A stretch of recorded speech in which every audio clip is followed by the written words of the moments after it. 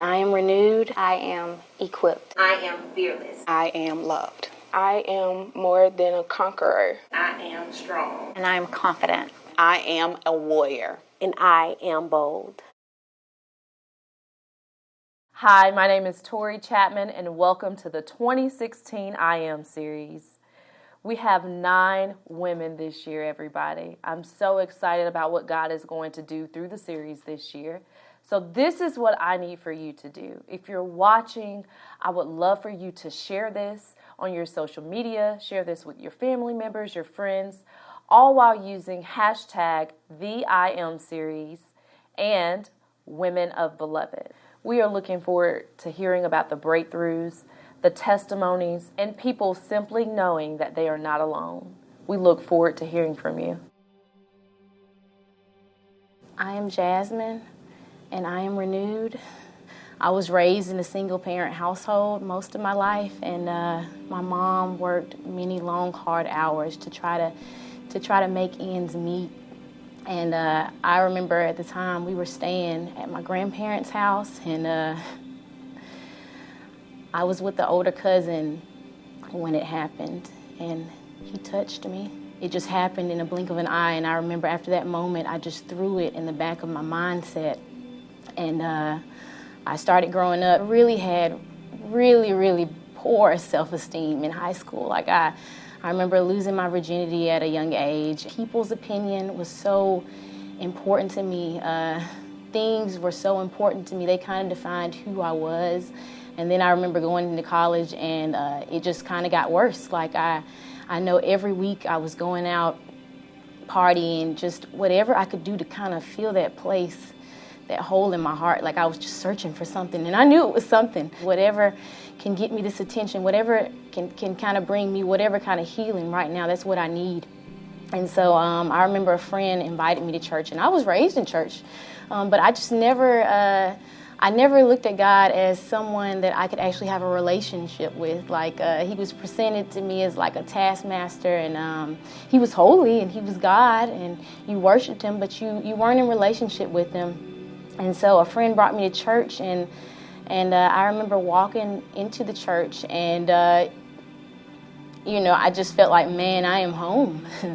I remember crying, and I couldn't stop crying, and it was just like, yeah, this is where I'm supposed to be. And then I remember a pastor saying, well, God can be your father. And that was like, wow, because growing up, I didn't have a dad really around. He was really inconsistent.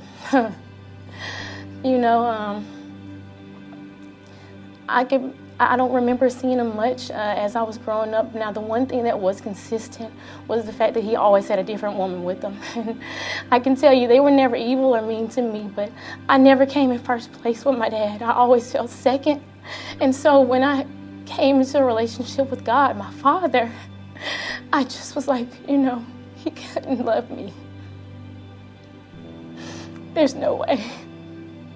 Like, I have to.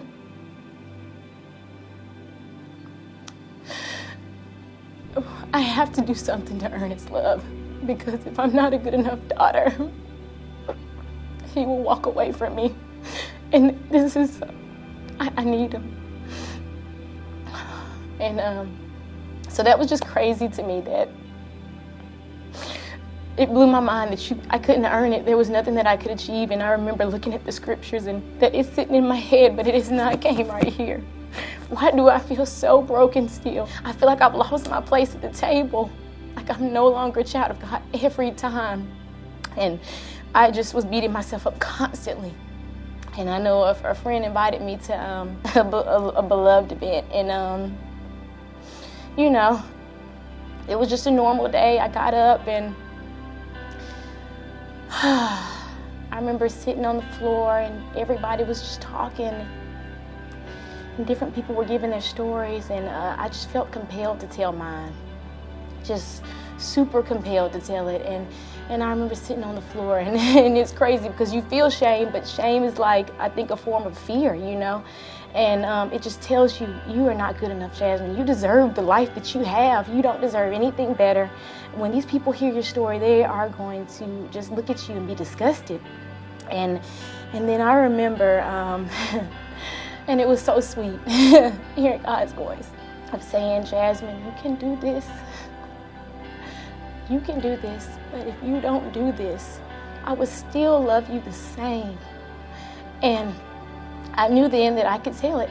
And I don't know, I waited till the room got quiet, and I closed my eyes, and I just opened my mouth, and I don't even know what came out of my mouth. Like, I can't even tell you. I think I started it off with like a cliche phrase. I don't even know.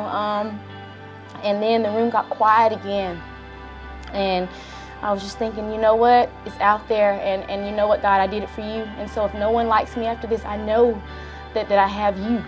And it's crazy because another girl spoke up, and she broke the silence, and she was like, you know, it happened to me too. And then another girl said it happened to me too. And it was just a domino effect. And at the end of the night, we had a girl that came out for the first time and was able to tell her story for the first time. And that was when I realized the moment that our testimony was not for ourselves. And it kind of hit me then. And it's still kind of something I'm still learning, that there's no way I can reconcile myself to Christ.